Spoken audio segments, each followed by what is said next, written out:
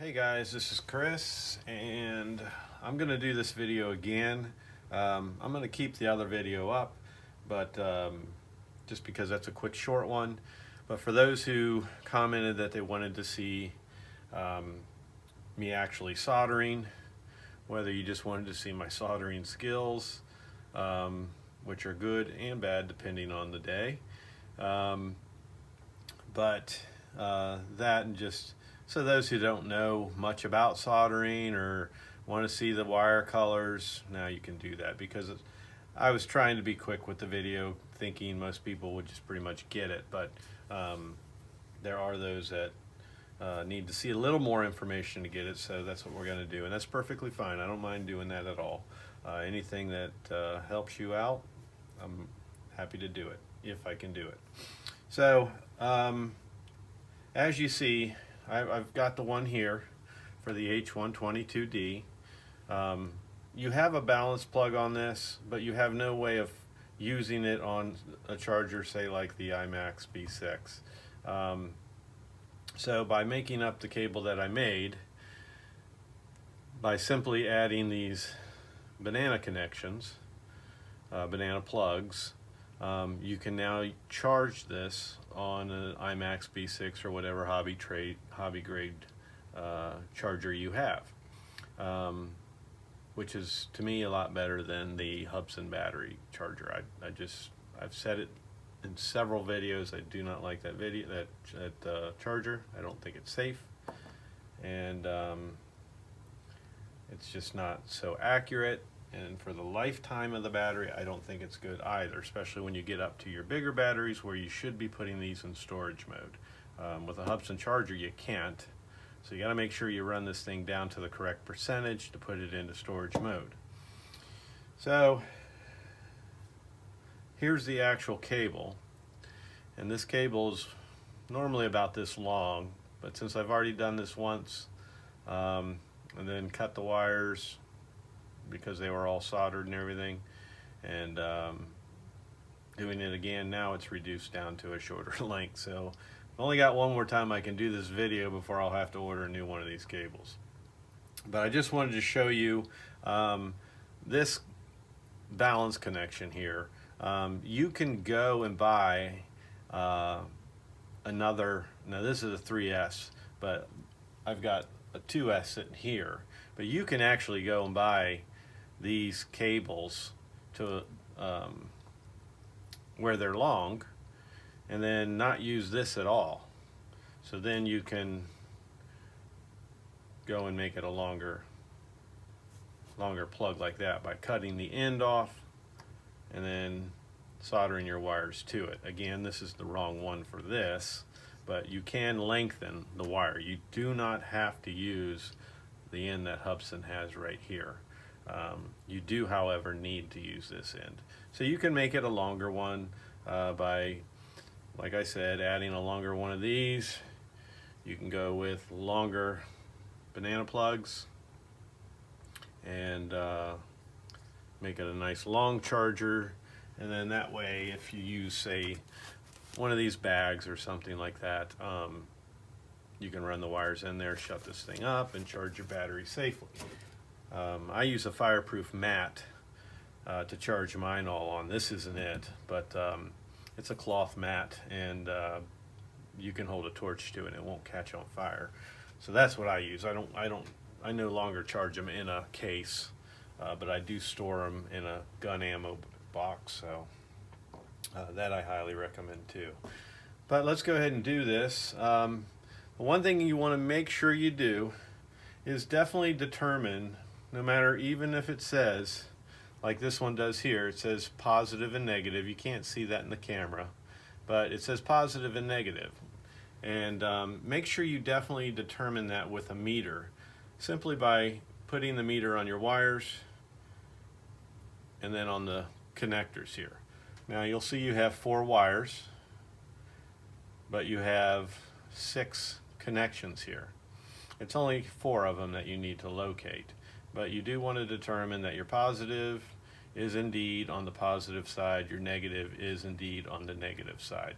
So in this case, I definitely know it's the red and the black, they are definitely my positive and negative. And I'm just going to show you with the meter real quick. Let me adjust the camera.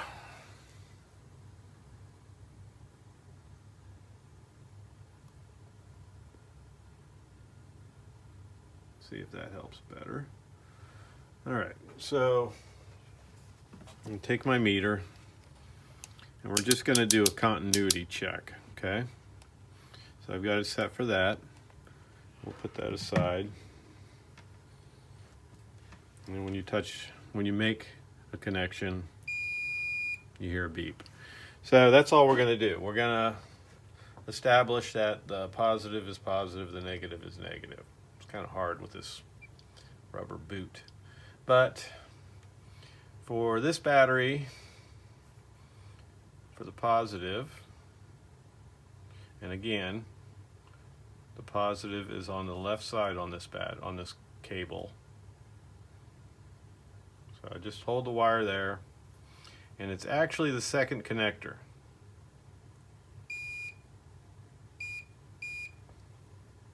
Sorry, the first connector. Okay, so that's positive, and then negative is on the other side. I'm trying to keep my hands out of the way, I'm sorry. So that is negative. And then just if you wanted to know, your other two cables, or your wires, your white and your green, they're actually, I believe, they skip one and they go to the center. So this second one and second one to the other side, they don't have anything connected to them on this plug. Let's double check, see if I'm right here.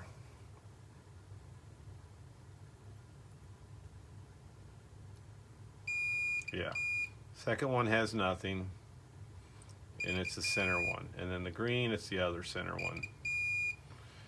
So you have your negative right here, positive right here, and then your other two are in the center. This one here and this one here have nothing connected to them. So now what we're going to do is let's get this out of the way. I'm going to take all my heat shrink and I'm going to put it on each individual each individual wire. And then I'm going to take this overall larger one and I'm going to have it on there. So when I'm all done, I can just slide them over the wires, shrink them with heat, and then have a complete cable. So I'm going to go ahead and pause, and then I will be all set and ready for that. Okay, so if you notice here, I have the small heat shrink around every wire, and then I have the larger piece covering all of them. Now what we're going to run into is, since my wires are getting so short, I got to be careful when I'm doing the soldering not to heat up that wire and start that shrinking, because then I won't be able to slide it up over top of the wire. So we're going to have a little bit of a challenge in doing this. So I'm going to put this, I've got these gator clips on my little, I don't know what you call this, little solder welding station. These are great to have, especially for small circuit boards and things like that. But they work great for these wires as well. So I'm going to go ahead and hook these up to that, get everything laid out good, and we'll start the soldering. Okay, so now we have, basically I've just taken these two clips and just brought them to where my wires are touching. That's all you have to do. They just have to touch. And Dan, I hope you're watching. I'm sorry to call you out, but I know you said in your video when you were doing some soldering for people not to comment or give you a hard time. I'm not giving you a hard time, but it's never stopped you from commenting, so I'm not going to comment. I'm not going to stop commenting. But meshing your wires together like you did is perfectly fine. Doing them like this is the same. You're not going to get any different current. Whether you mesh your wires in like that or wrap them together, it's not going to change your flow of current. But I also wanted to show you basically how to solder. When you're soldering, don't use this part of your soldering iron. It's got a tip for a reason. Use your tip, and that liquid flux is no good.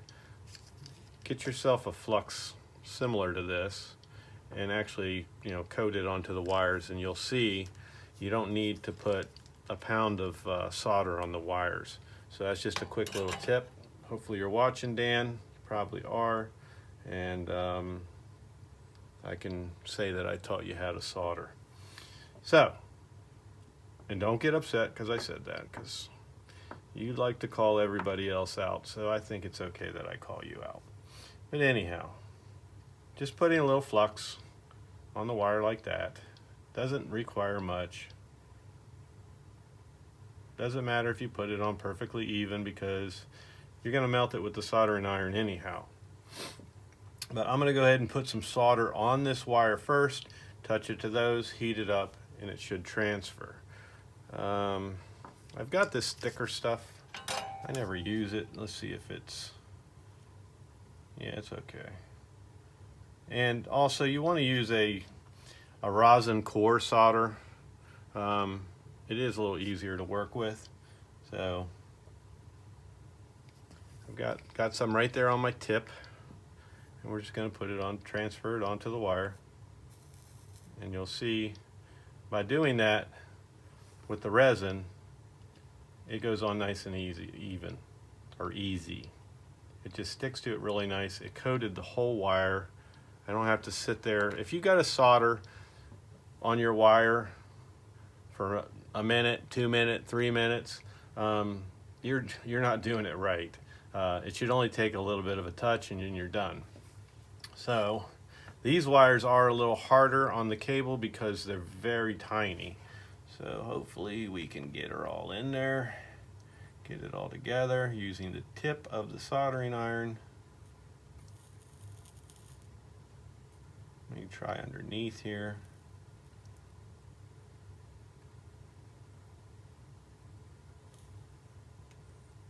And there we go. Okay, so here they are. All of them are all soldered together. Are they the best looking solders? No, absolutely not, but they're going to hold together. I didn't put a pound of solder on each of them, and I'm going to slide the heat shrink over each of them now.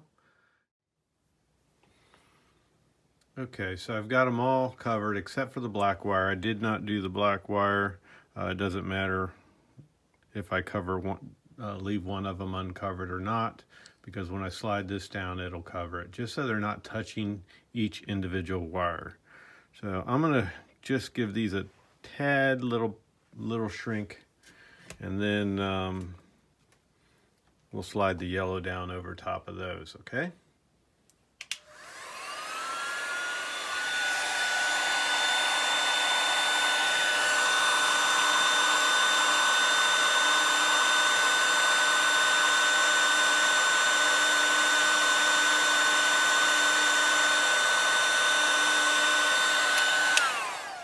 Alright, I just wanted to do enough to where they won't slide when I bring the yellow down. So now let's bring the yellow down over top of it. Hold them all together.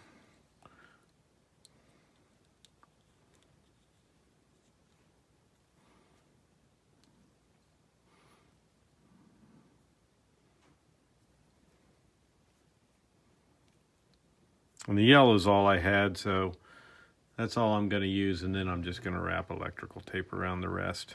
I would prefer to cover everything with black heat shrink, but I'm not able to do that just because of the length I had on each end. I couldn't use a long enough piece for the center.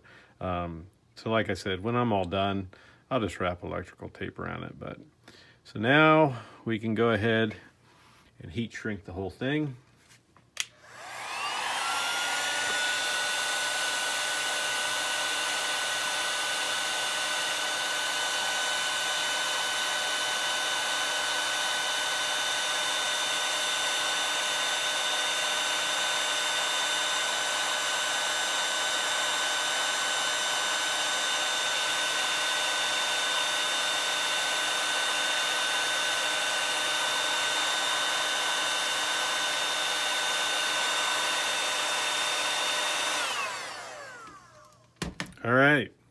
so now it's all soldered, it's all heat shrunk, and then I'll just wrap some electrical tape around it and it'll be a lot cleaner looking than that.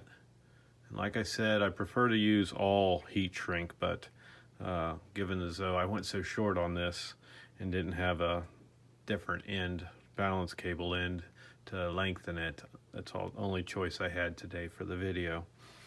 So that's how you make a balance cable for your ZINO battery. Let's zoom out.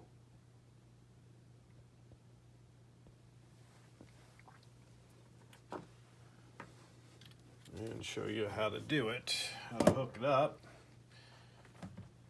And I like to keep, where'd I put it?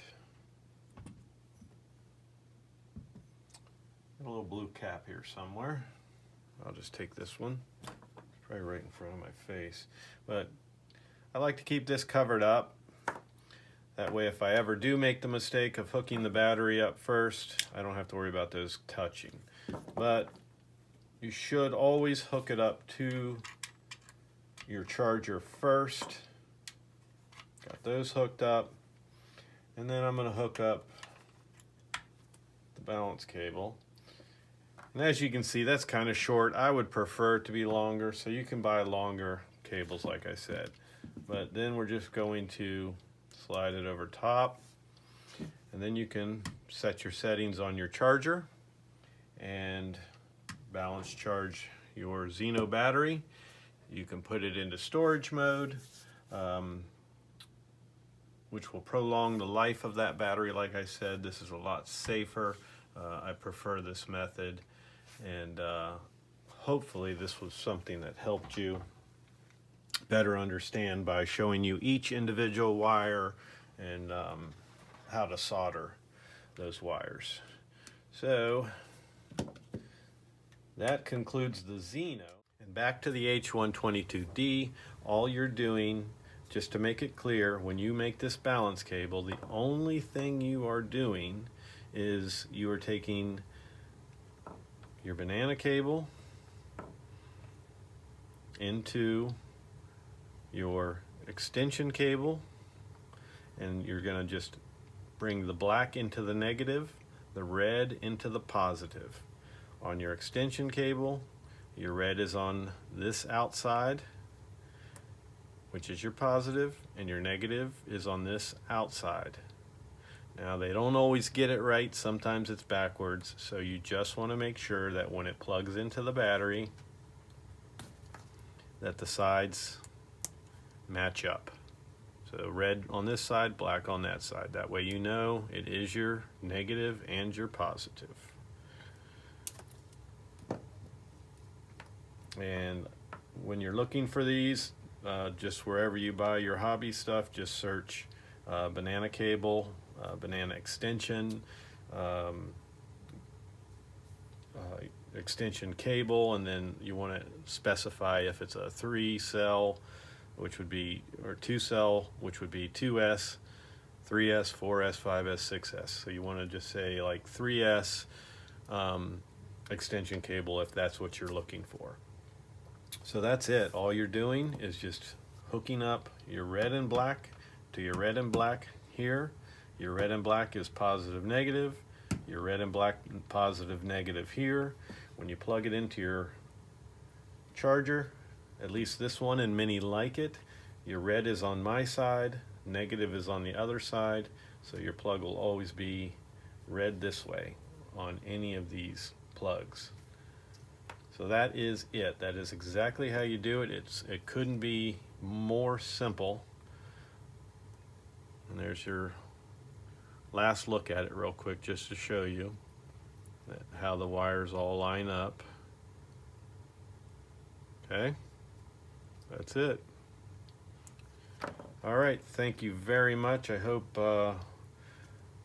this cleared it all up, and being able to see the soldering, you know, when I did the ZINO, it was the exact same thing. All I did was take the red and black, positive, negative, and I tied in with my red and black, positive, negative on my banana connection. So It's the exact same concept, we just have a different size and a different type of connection on this end. But whenever you make any of these, it's basically going to be the same thing. You're just adding a positive and negative banana connection for your hobby grade balanced charger. So that is it. If that didn't clear it up and being able to see me soldering it didn't help, or seeing the colors of the wires being red, black, green, and white, if that did not help you and you have any questions, any concerns, anything, just let me know. And if you do not subscribe, please click that button now and subscribe, and I will continue to bring you anything I can as far as new content with new models. Keep you up to date on the ZINO. We have a firmware upgrade now. That's one thing I'm going to be testing here soon, and putting together another video on that and see what progress Hubsan has made with the ZINO. And then we have the FIMI. We have a 4K foldable drone that I'm going to be reviewing next to the ZINO, and doing a comparison to see who beats who. So click subscribe and stay tuned for future content, and thanks for watching.